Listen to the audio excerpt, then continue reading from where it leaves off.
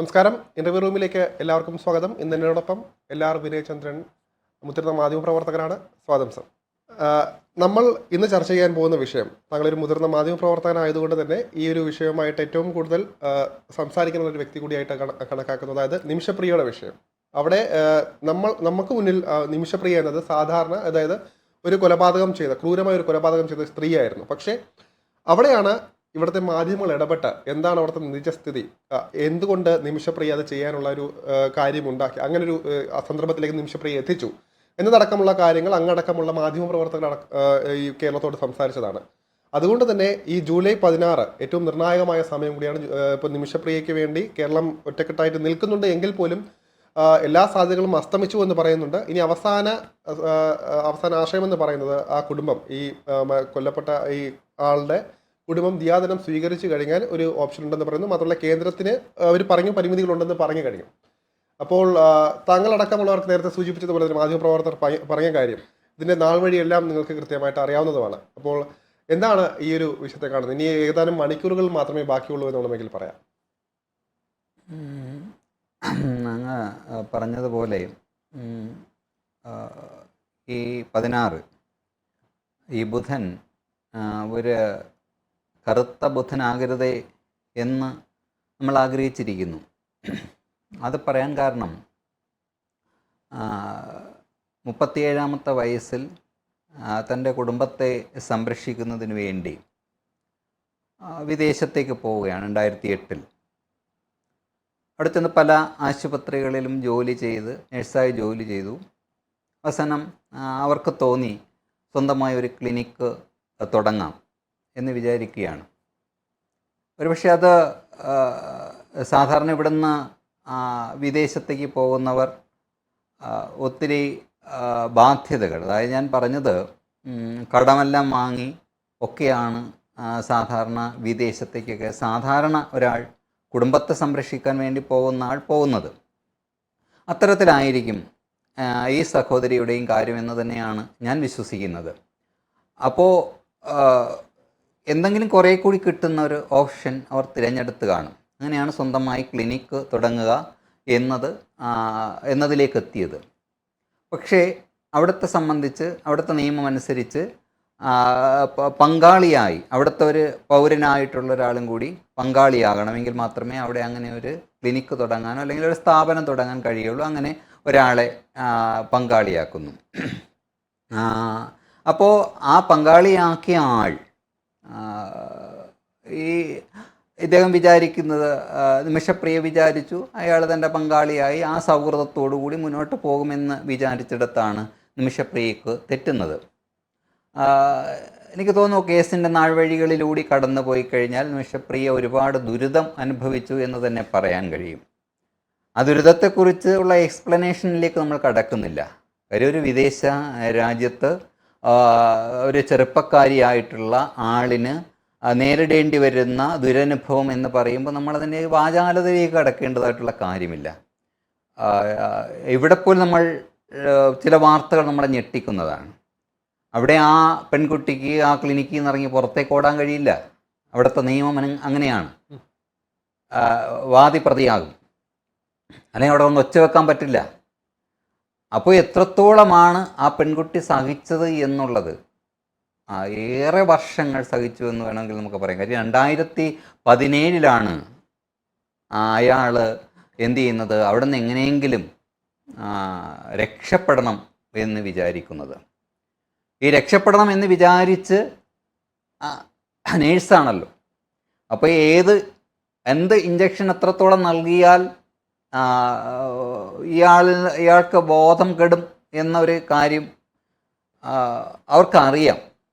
പക്ഷേ ഈ ലഹരി പദാർത്ഥങ്ങളായതുകൊണ്ട് എത്രത്തോളം ഡോസാണ് എന്നുള്ളൊരു കൃത്യനിഷ്ഠമായ, മരുന്നായിരുന്നുവെങ്കിൽ ഒരു പക്ഷേ അവർക്കറിയാമായിരിക്കും.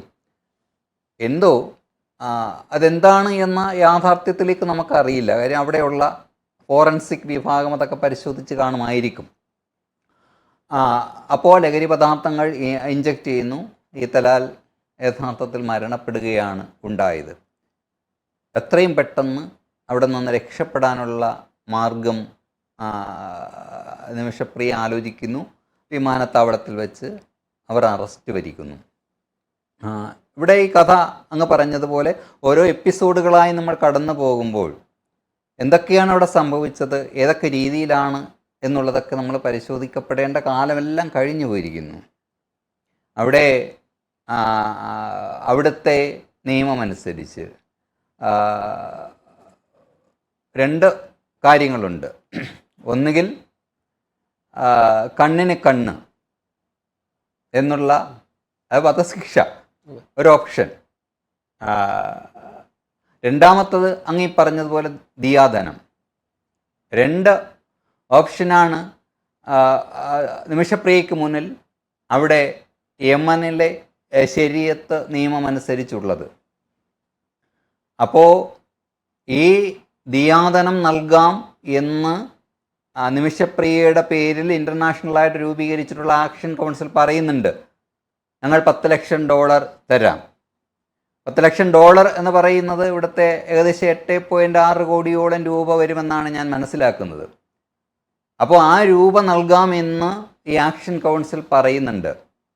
പക്ഷേ ഈ തലാലിൻ്റെ ഗോത്രം, അവരുടെ വീട്ടുകാർ ഞങ്ങൾക്കിത് വേണമെന്നോ വേണ്ട എന്നോ ഇതുവരെയും അഭിപ്രായപ്പെട്ടിട്ടില്ല. നമ്മുടെ മുന്നിലുള്ളത് നാളെ ഒരു ദിവസം മാത്രമാണ്. അങ്ങ് പറഞ്ഞതുപോലെ കേന്ദ്ര സർക്കാർ പറഞ്ഞു കഴിഞ്ഞു, എന്താണ്, ഞങ്ങൾക്കേറെ പരിമിതികളുണ്ട്.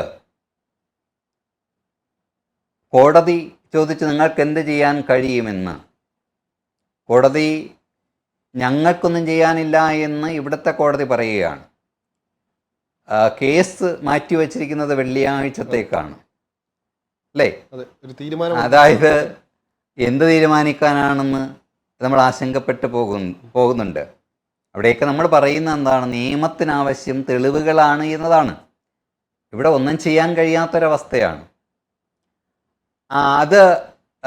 അതായത് അവിടെ വേറൊരു പ്രശ്നം കൂടി നമ്മുടെ മുന്നിൽ ഒരു അടഞ്ഞ അധ്യായമായി നിൽക്കുന്നത് ഹൂതികളാണ്. അപ്പോൾ ഈ ഹൂതികളുടെ പ്രശ്നമുണ്ട് അവിടെ.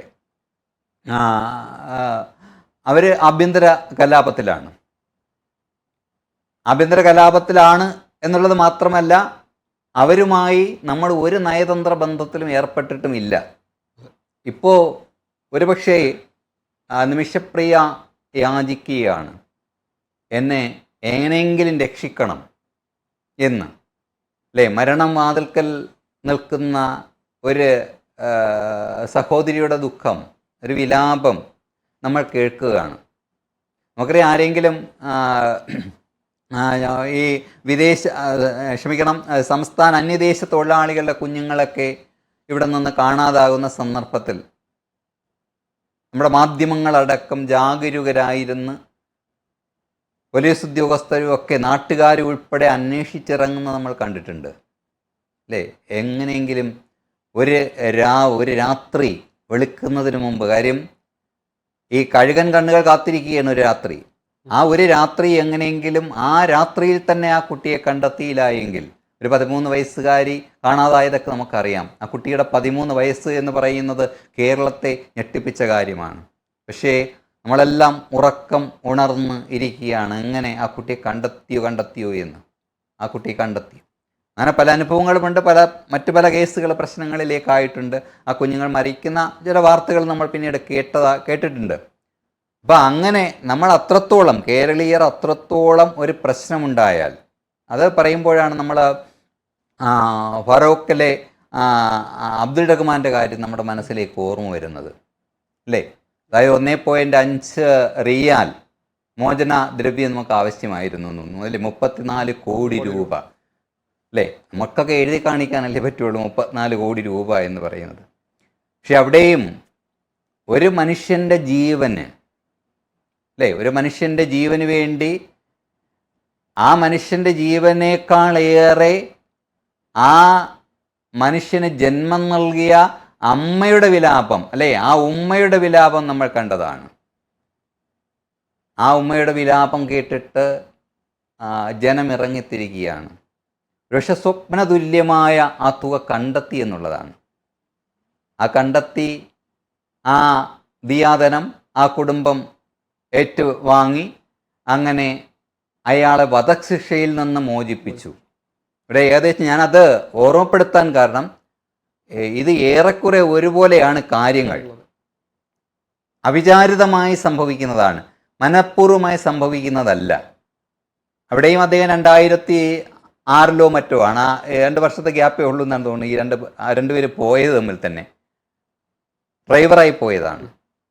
സൗദി അറേബ്യയിൽ റിയാദിലേക്ക് പോവുകയാണ്.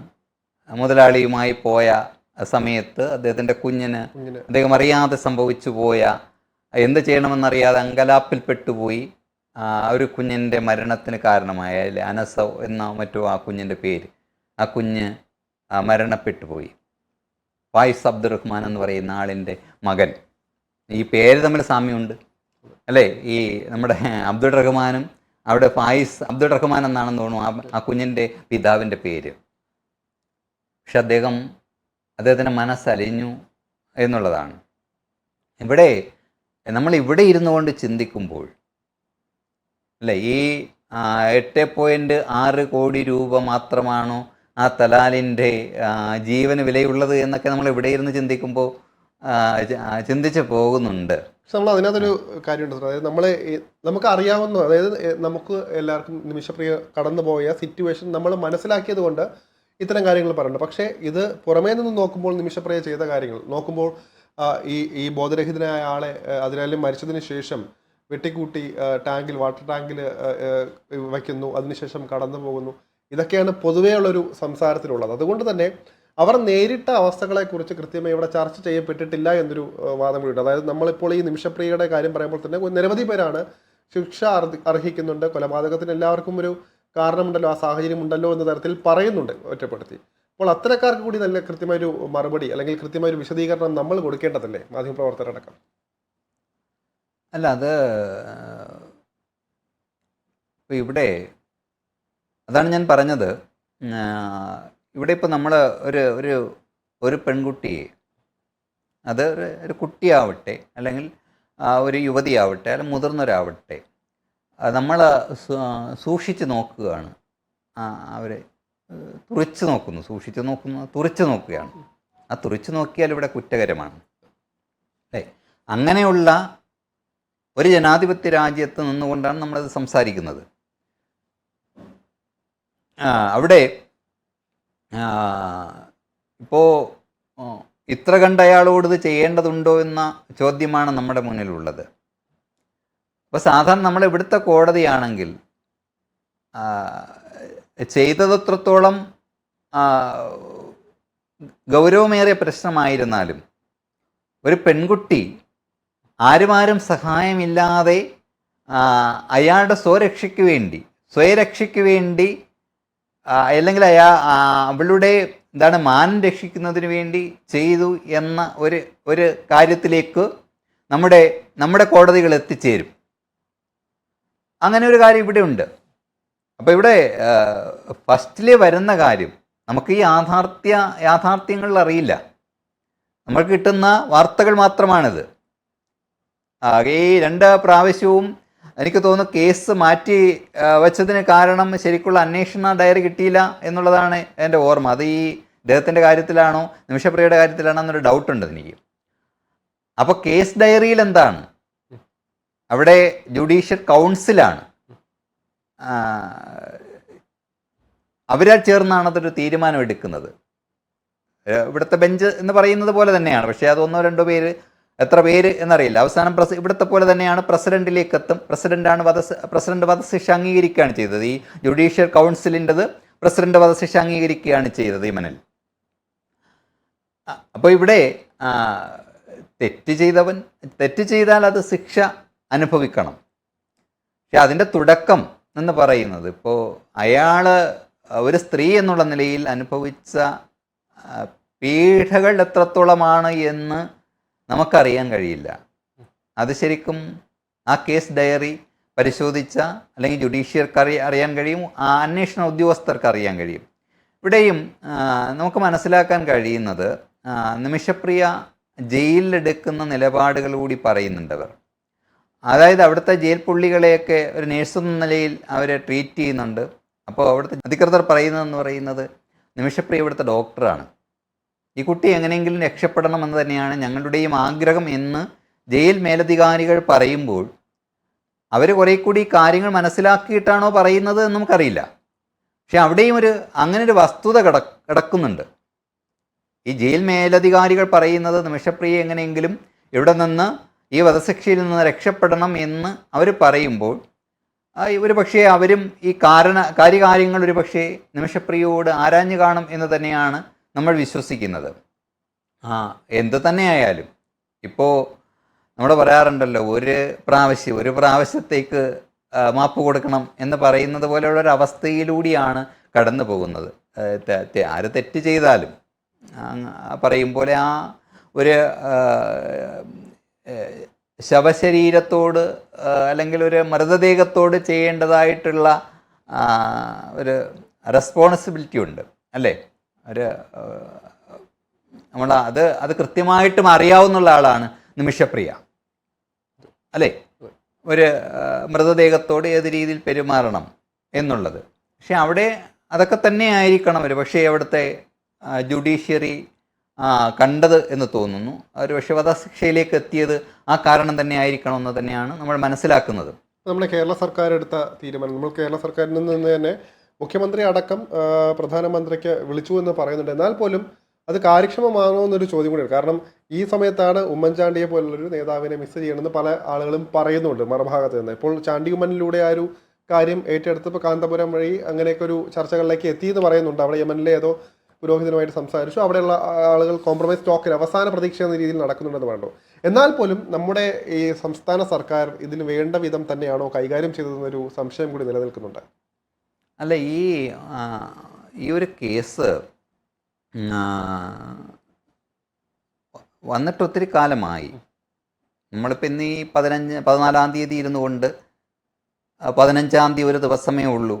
നമ്മളിപ്പോഴാണ് അതിൻ്റെ ചൂട് അത് ഇനി എങ്ങനെ കൈകാര്യം ചെയ്യാം എന്ന് വിചാരിച്ച് അങ്ങോട്ടോ ഇങ്ങോട്ടോ എന്നുള്ളതാണ്.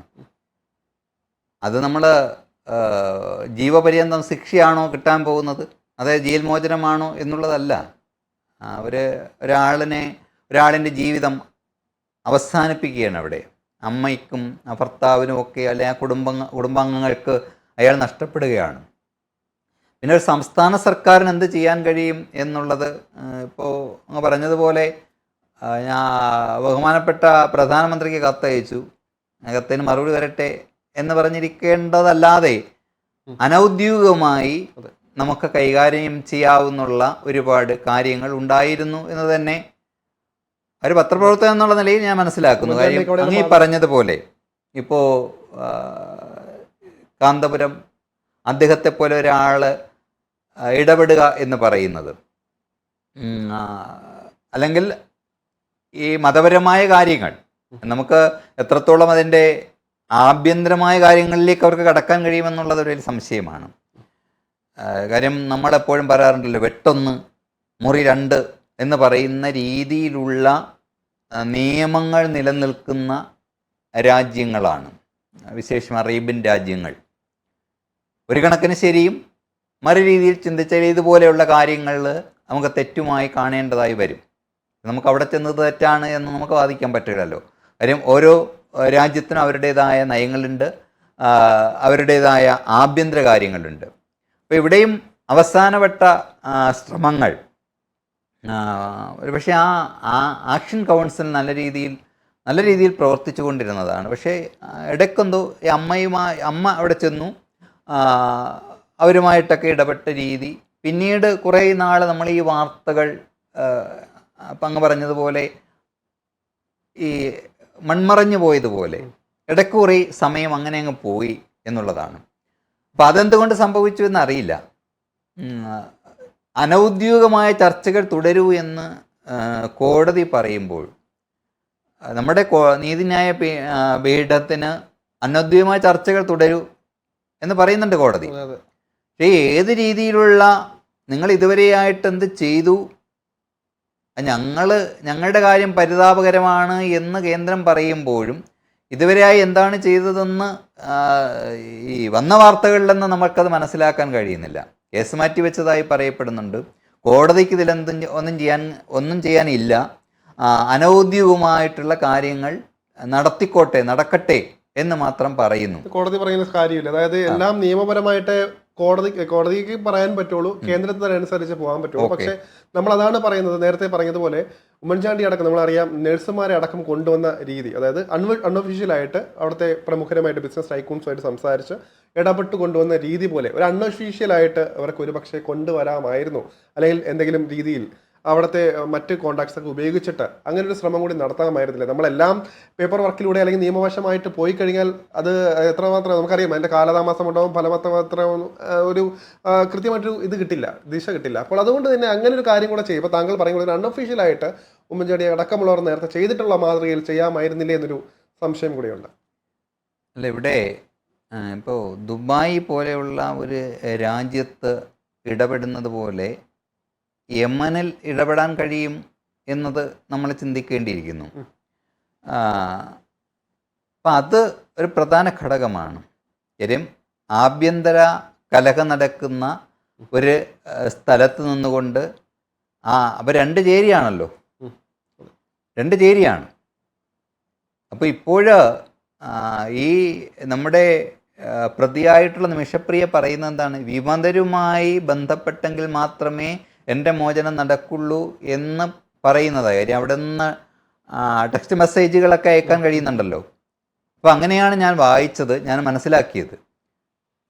അതായത് ഹൂതി വിമതരുമായി സംസാരിച്ചെങ്കിൽ മാത്രമേ എൻ്റെ മോചനം നടക്കുള്ളൂ എന്ന് പറയുമ്പോൾ മറുവിഭാഗം ആരാണ്, ഈ വിമത വിഭാഗം ആരാണ് എന്ന് ശരിക്ക് അവിടെ പ്രവർത്തിക്കുന്ന ആക്ഷൻ കൗൺസിൽ മനസ്സിലാക്കിയിരിക്കണം.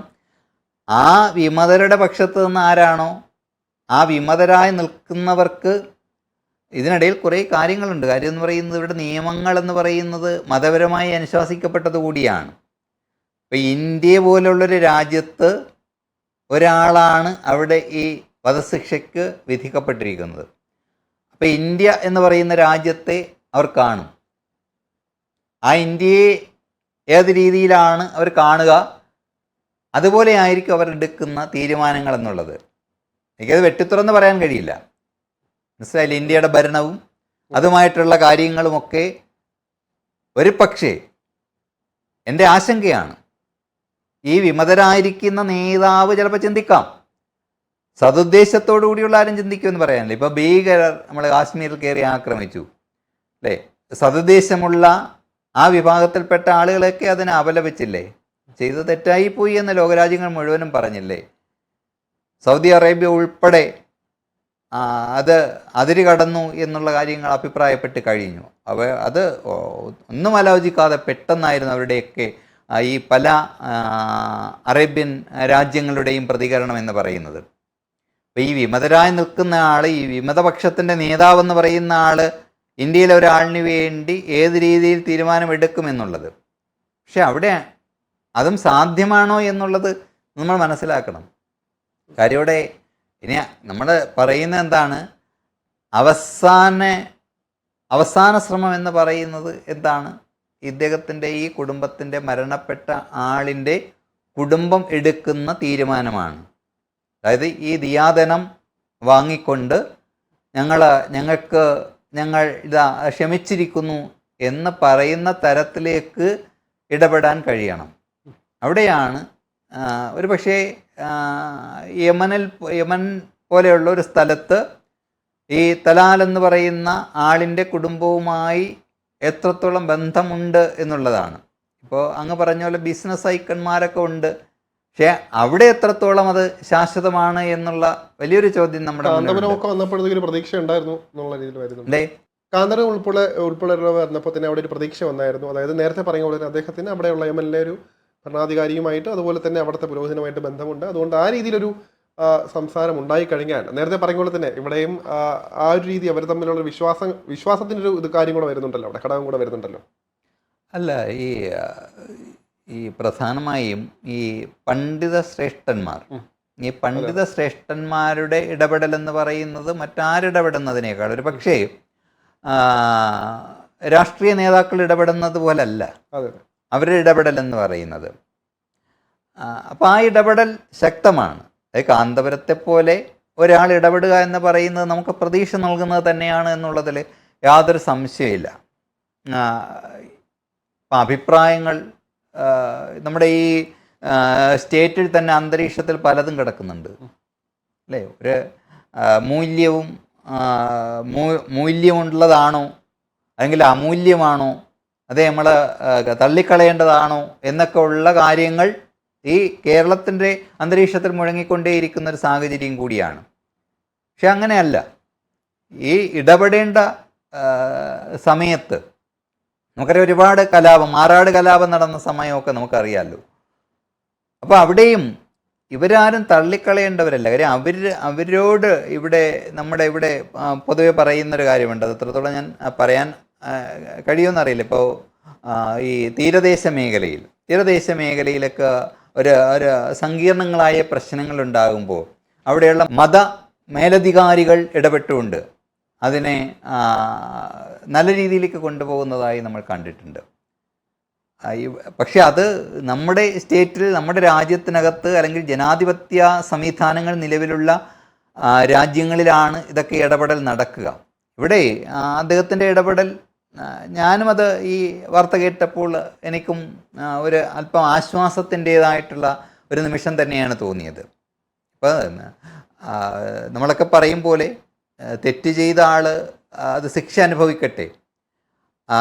അതിനു മുമ്പ് നിമിഷപ്രിയ അനുഭവിച്ച യാതനകൾ എത്രത്തോളം ഉണ്ട് എന്നുള്ളതും, എന്തായാലും ഒരു മരണം എന്ന് പറയുന്നത്, നമ്മൾ യുദ്ധം ഒന്നിനും ഒരു ശാശ്വത പരിഹാരമല്ല എന്ന് പറയുന്നത് പോലെ നമുക്കറിയാം ഇവിടെയുള്ള ഒരുപാട് പേര്, ഒരുപാട്